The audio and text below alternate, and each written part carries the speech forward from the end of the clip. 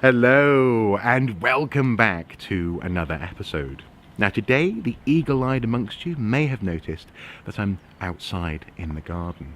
Yes, it's a little bit snowy, and no word of a lie, I did always intend on filming today a review of this book, but how could I resist doing it in the perfect atmosphere? I am, of course, going to be talking about At the Mountains of Madness, a 2010 graphic novel adaptation by I.N.G. Culbard of the 1936 H.P. Lovecraft classic At the Mountains of Madness. The story was originally released in serialised form and has since become just a foundation for so much crucial pop culture, cosmic horror, and general funky coolness in our society. Now, for this very reason, people have always recommended that I read Lovecraft. They see the things that I'm into, ranging from Ghostbusters to The Mighty Boosh, from John Carpenter movies to Tintin, and they say, you would love Lovecraft. Trust me, they say, read him. And I've always avoided him because he's kind of unavoidable in a funny sort of way. The impact of Cthulhu, or Cluthu, as he's meant to be pronounced, the name Arkham, the Necronomicon from the Evil Dead series, all of this comes from Lovecraft. And I've always been a bit scared that he wouldn't live up to the hype.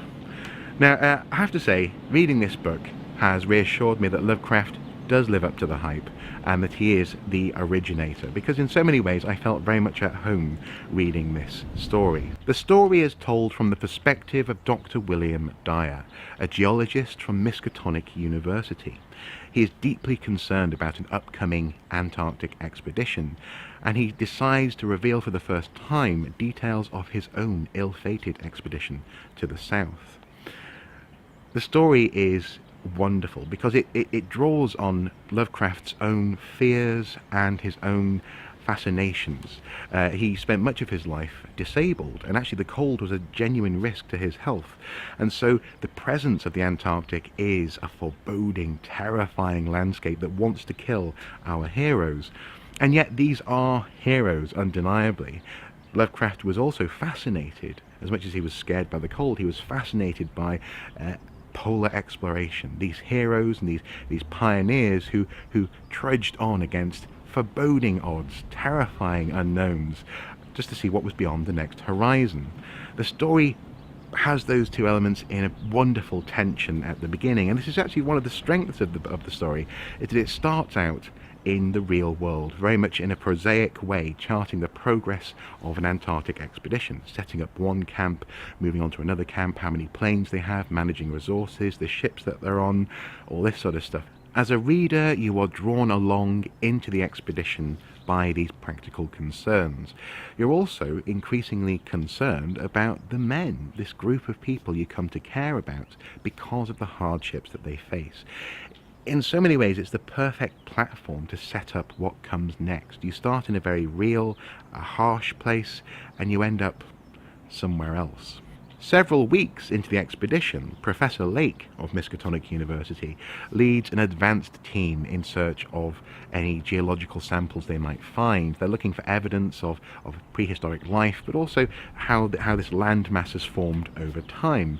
The scientific concerns also ground the story in a sort of reality.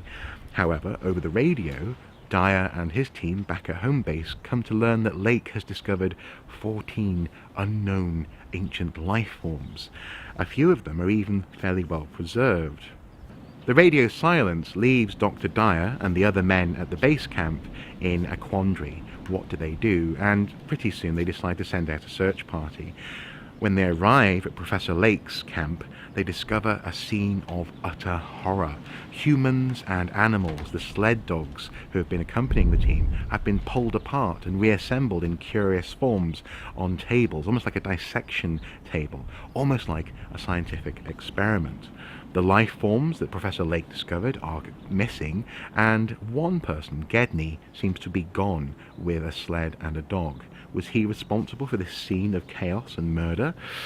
Well, Dyer and a graduate student, Danforth, decide to investigate. They hop in a plane and fly towards the nearby mountain range, the Mountains of Madness.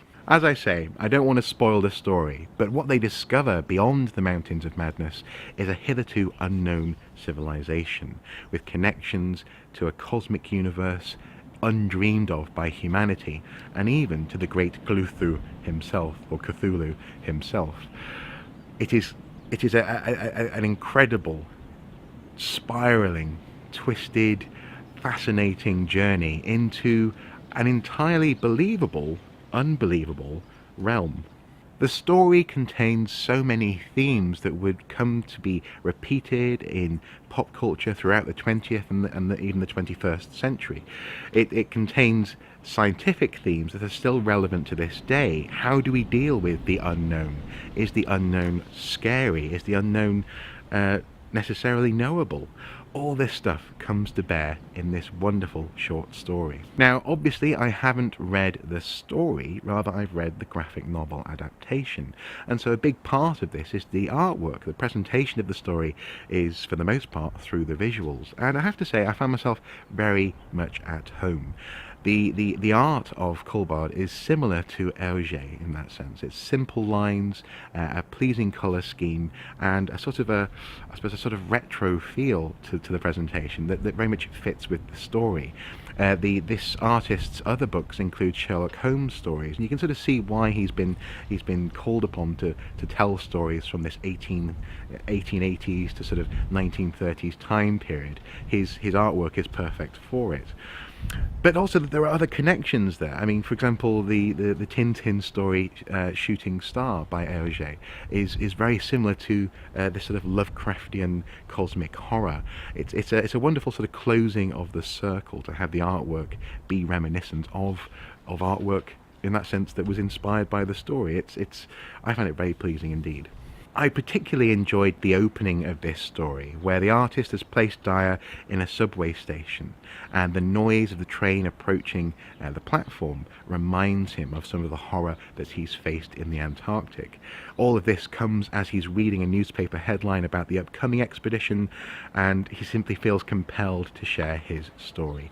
It is, in that sense, almost cinematic, and that's something else that sort of links in with I.N.G and Tintin. But in addition to the artwork, I'm sure my friends will be incredibly happy to hear me say that I get it. I finally understand what they were rabbiting on about all those years. There are through threads of so many good things into the 20th and into even the 21st century that Lovecraft originated. There's elements here recognisable from Stephen King, and in turn, for example, the Stranger Things TV series. There's elements which Dungeons and Dragons pulls on. There's stuff which, as I've said, Ghostbusters pulls on, which the glorious The Thing by John Carpenter. That movie simply wouldn't exist, I think, were it not for At the Mountains of Madness. And of course, In the Mouth of Madness, another John Carpenter classic. Actually, I think one of his better movies, even though it doesn't seem to be one of his most well known. So yes, I simply couldn't be happier to finally have actually read this story, and I will be seeking out more Lovecraft. In fact, I've already got a couple of collections with some Lovecraft short stories in from the local charity shop. So yeah, if you haven't given this story a go, you really should. And if you're a bit like me, if you've heard about Lovecraft, you've heard of all these grand things, the Call of Cthulhu or Cthulhu, the horror of Arkham, the Necronomicon, all this stuff, the impact that it had, for example, on the Evil Dead, and you just don't know where to start, as I didn't, then maybe you should consider At the Mountains of Madness, the graphic novel. You can find this book online at the moment for between £10 and £15, and it is well worth the price. In fact, the quality of the publication is really quite high. It's got a very pleasing texture to the paper. It's kind of hard to explain, but I'm sure you'll understand once you pick it up. Anyway, the snow really is starting to come down now, and I'd better get inside. As ever, guys, until next time, do take care. Bye-bye.